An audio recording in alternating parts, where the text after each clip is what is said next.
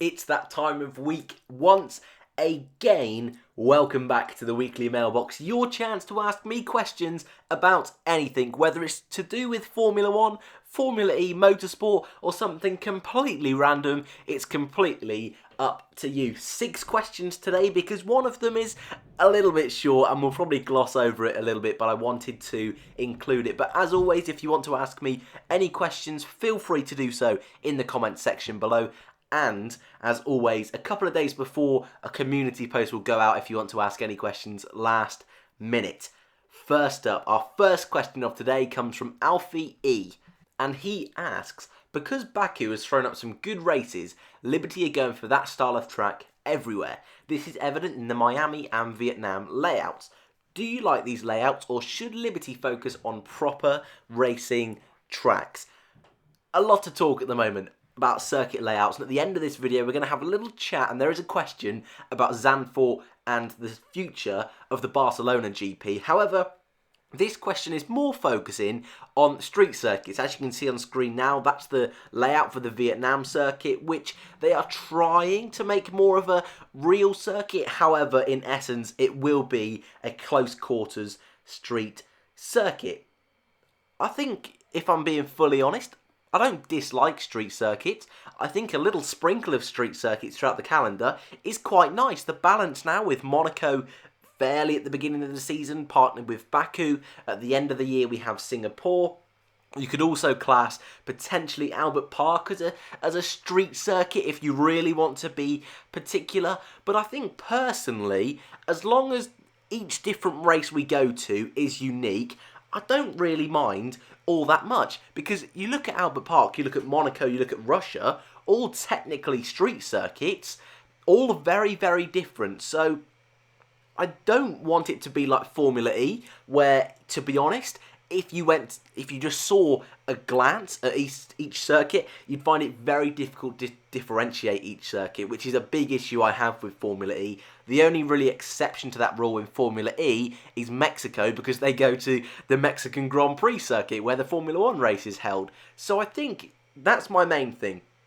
Obviously, they can cause utter carnage, which we've seen in Baku, as you mentioned, but often it means overtaking is a little bit more limited. However, we're going to Barcelona this weekend, which is not a street circuit, and that is a circuit where overtaking is fairly difficult. So, if I'm honest, I like the look of Vietnam, and I think if the circuit is okay, I don't have a major issue with it. I just want that big differentiation across the season. That's my personal take on it. Next question comes from George. Cannot pronounce your surname. Sorry, I will say that now before people slate me in the comments. But George asks, could this race possibly show us that Ferrari will have to settle for second best this year? After the upgrade parts, will you be able to tell if they have any hope of catching Mercedes? Love this question. Really like this question, because a lot of people are asking about Ferrari, but will this be almost the nail in the coffin that says Ferrari aren't going to win the championship this year? Part of me wants to say no, even if they get it wrong this weekend, there's still 16 more races, I think it is, across the rest of the season. That's a lot of races, and that's a lot of time for Mercedes to slip up.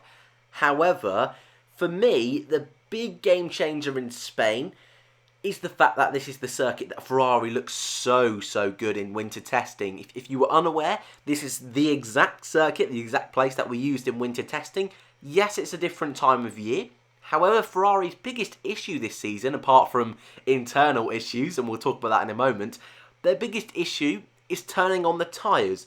They were able to do it at this circuit in the winter, so in theory, they should be the team to beat this weekend. However, since the hybrid era, this circuit has been dominated by Mercedes. Almost, I think every single pole position since 2013 has been a Mercedes driver. Only once did they not lock out the front row. They haven't won every single race in that space of time. However, they have always been on the podium, except 2016 where Hamilton and Rosberg crashed into each other. They've always looked good. But I think To answer the question, will this be Ferrari's last chance? I really do feel at the moment, if it's another Mercedes 1-2, that gap in the championship is going to be huge. Even now, if Hamilton and Bottas DNF, Vettel or Leclerc can't catch either of them in the standing. It's a huge jump, and I'm struggling to see any way back, especially looking at Ferrari of the past couple of seasons where they have been the team that's bottled it. It's not been a clean start, but Mercedes have been inch perfect this year. So I think I do agree with you, George. I think I do agree. I think this will be the last race, and I think if they can't get it right, second is probably what they will aim for. Our quick question from Dan: do you think Williams are going to score any points this season? I'll tell you what, actually, I think they might. I think they might snatch a point somewhere this year, because every year we always get one race which is pretty carnage. Generally, that's Baku. Baku wasn't quite carnage this year, was it? However, you look at Bahrain, that wasn't the most carnage race, and actually I believe Russell finished in P14.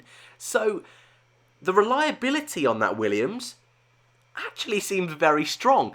One of the better cars on the grid is the Williams with reliability so far this season. Haven't had a single mechanical issue that's resulted in a DNF all season, which is incredible. It's not quick, but it's reliable.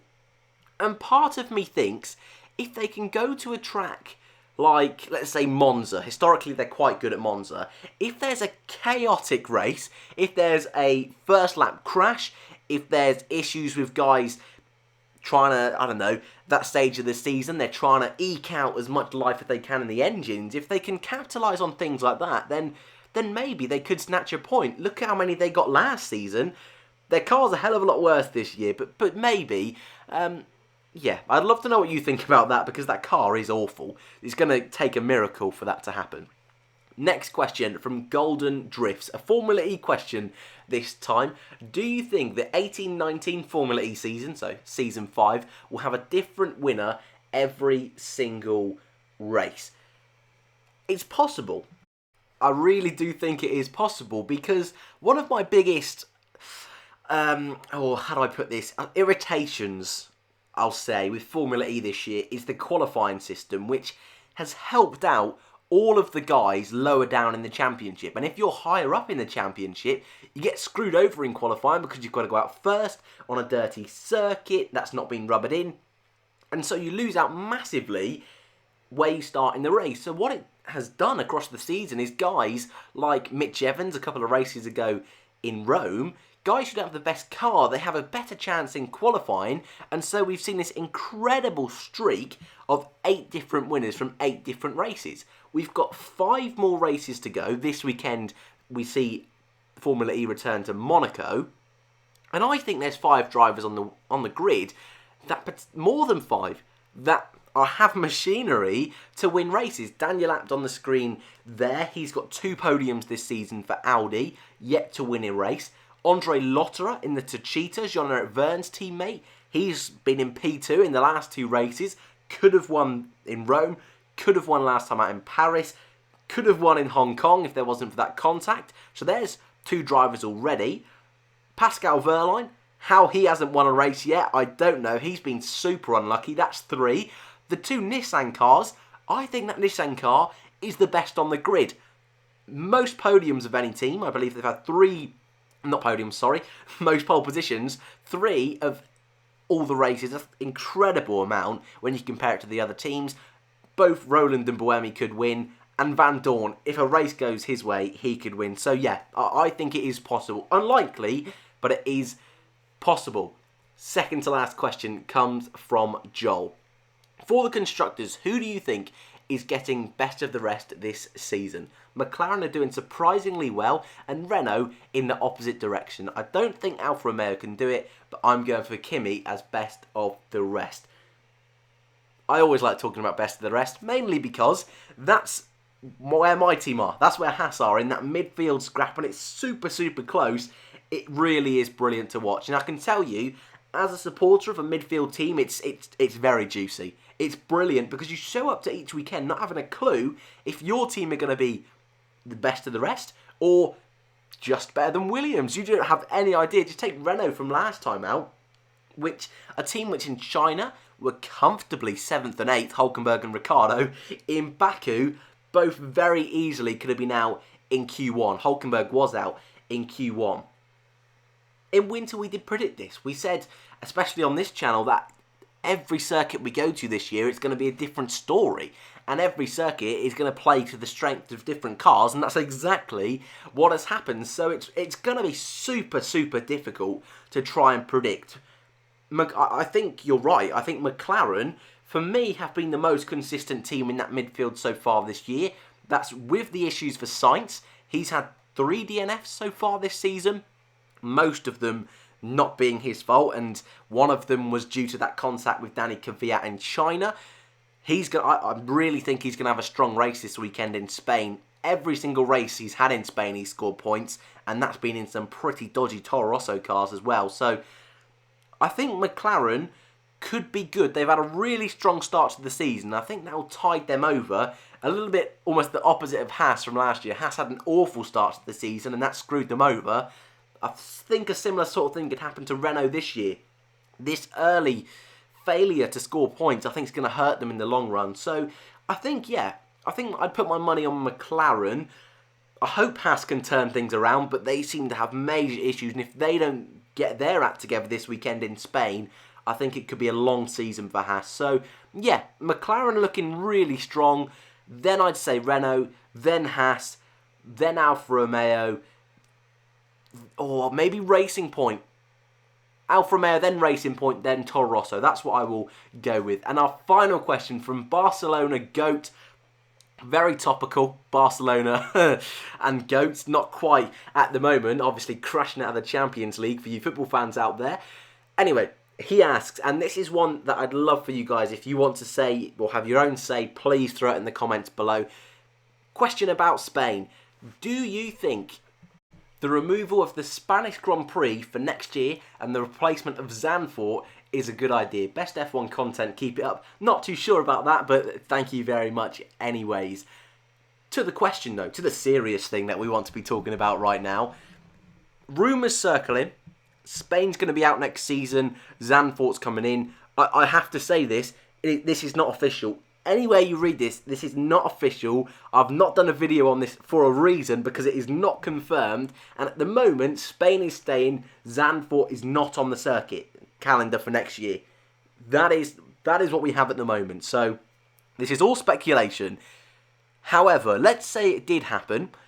First of all, I quite like the Spanish Grand Prix, to be honest with you. I think, as I've said, I like circuits that are a little bit different, and I think Spain does offer something a little bit different to most of the circuits on the calendar. But it's one of those ones where if it did go, it's not the end of the world. I think what is the end of the world, potentially, that's far too extreme, but I'm keeping it in, is Zandvoort coming in, because Formula 1 fans, and fans of just in general these days, are very, very quick to judge. And Zandvoort at the moment is not at the level a Formula 1 race should be. They need to do upgrades. That is official. If they want to host a race, they're not at the level officially to be able to host a race. So that is the first issue, and I'm not too sure that maybe if they start now, they might be able to get those upgrades done, but certainly it'd be a little bit touch and go. But the bigger issue for me is people complain about Spain for overtaking. You go and watch a Jimmy Broadbent video going around Zandvoort. This circuit is not suitable for Formula 1, in my opinion. Overtaking looks impossible, and if you think Spain looks impossible, go and look at Zandvoort. It looks harder than Monaco. It really does. So I understand why they want to go to the Netherlands.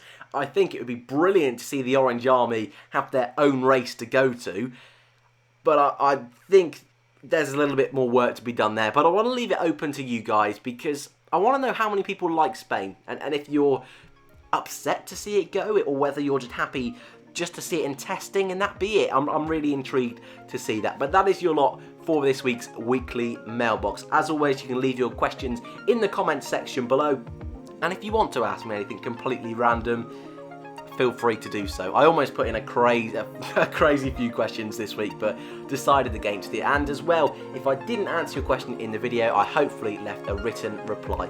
Thank you for watching, and I'll see you in the next one.